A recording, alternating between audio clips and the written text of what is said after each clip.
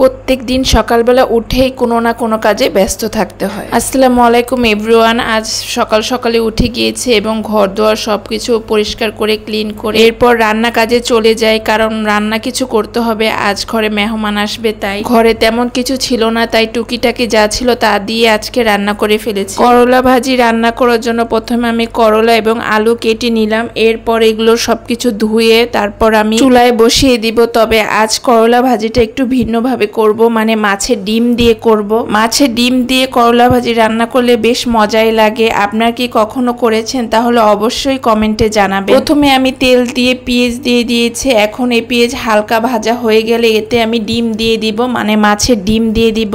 মাছের ডিম আমি ভাজতে থাকবো যে পর্যন্ত না এগুলো ঝুরি ঝুরি হয়ে আলাদা হয়ে না যায়। মাছের ডিমগুলো পেঁয়াজের সাথে ভালোভাবে ভাজা হয়ে গেলে এতে আমি করলা ভাজিগুলো যেগুলো কেটেছি সেগুলো আমি দিয়ে দিই। হালকা নাড়াচাড়া করে এটা আমি দমে রেখে দিব, কারণ করলা ভাজি এতটা নাড়া যায় না, এতে করলা ভাজি তিতো হয়ে যায়। কথা বলতে বলতে এইদিকে আমার করলা ভাজি প্রায় রান্না করা শেষ। দেখতে যেমন ভালো লাগছে, খেতে খুবই দারুণ হয়েছে এবং মজা হয়েছে। প্রায় আমি এভাবে করলা ভাজি ডিম দিয়ে করে থাকি। তো ধনিয়া পাতা লাস্টে দিয়ে আমি এটা নামিয়ে ফেলবো। এরপর ঘরে পাঙ্গাস মাছ আর কিছু ছোট মাছ ছাড়া আর কিছুই ছিল না। ভাবলাম বড় মাছটাই রান্না করে ফেলি, কারণ আমাদের ঘরে ছোট ছোট বাচ্চারাও আছে, ওদের জন্য খেতে সুবিধা হওয়ার জন্য আমি পাঙ্গাস মাছই নামিয়েছি। এখন আমি পাঙ্গাস মাছগুলো ভালো করে ধুয়ে মশলা দিয়ে তেলের ভিতরে দিয়ে আমি সুন্দর করে হালকা ভেজে নিব, কারণ আমি মাছগুলা ভুনা করব, তাই আমি বেশি মুচমুচে করে ভাজবো না। আমি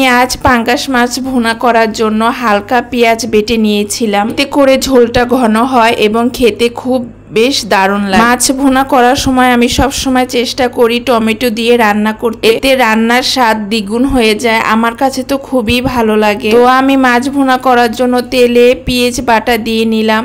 এগুলো হালকা ভাজা হয়ে গেলে এতে একে একে করে আমি আদা রসুন বাটা এবং সব মশলা দিয়ে ভালো করে কষিয়ে নিব। দেখবেন সবসময় একরকম ভাবে একই খাবার খেতে ভালো লাগে না, তাই একই খাবার ভিন্নভাবে রান্না করার চেষ্টা করবেন, এতে দেখবেন খুবই ভালো লাগে খেতে এবং আপনি বুঝতে পারবেন কিভাবে রান্না করলে খুব ভালো হয়। চুলা খালি ছিল, তাই ভাবলাম এক চুলায় মাছ ভাজতে থাকে এবং অন্য চুলায় পেঁয়াজগুলো ভালো করে মশলা দিয়ে কষিয়ে নিই। মশলাগুলো ভালো করে কষানো হয়ে গেলে এতে করে আমি টমেটো দিয়ে দিব এবং ভালো করে কষিয়ে অল্প করে পানি দিয়ে এবং সেই পানি ফুটে আসলে সবগুলো মাছ একে একে আমি দিয়ে দিব। মাছ দেওয়ার পর আমি অল্প আছে অনেকক্ষণ রান্না করে নিব। যত অল্প আছে মাছটা ভুনা করতে পারবেন ততই খুবই ভালো লাগে মাছ রান্না খেতে, মানে ভুনা করে খেতে খুবই ভালো লাগে। আপনারা আজকে কে কি রান্না করলেন অবশ্যই কমেন্ট বক্সে জানাবেন। কথা বলতে বলতে এদিকে আমার রান্না করা শেষ। ভিডিওটি ভালো লাগলে অবশ্যই লাইক কমেন্ট শেয়ার দিয়ে পাশে থাকবেন।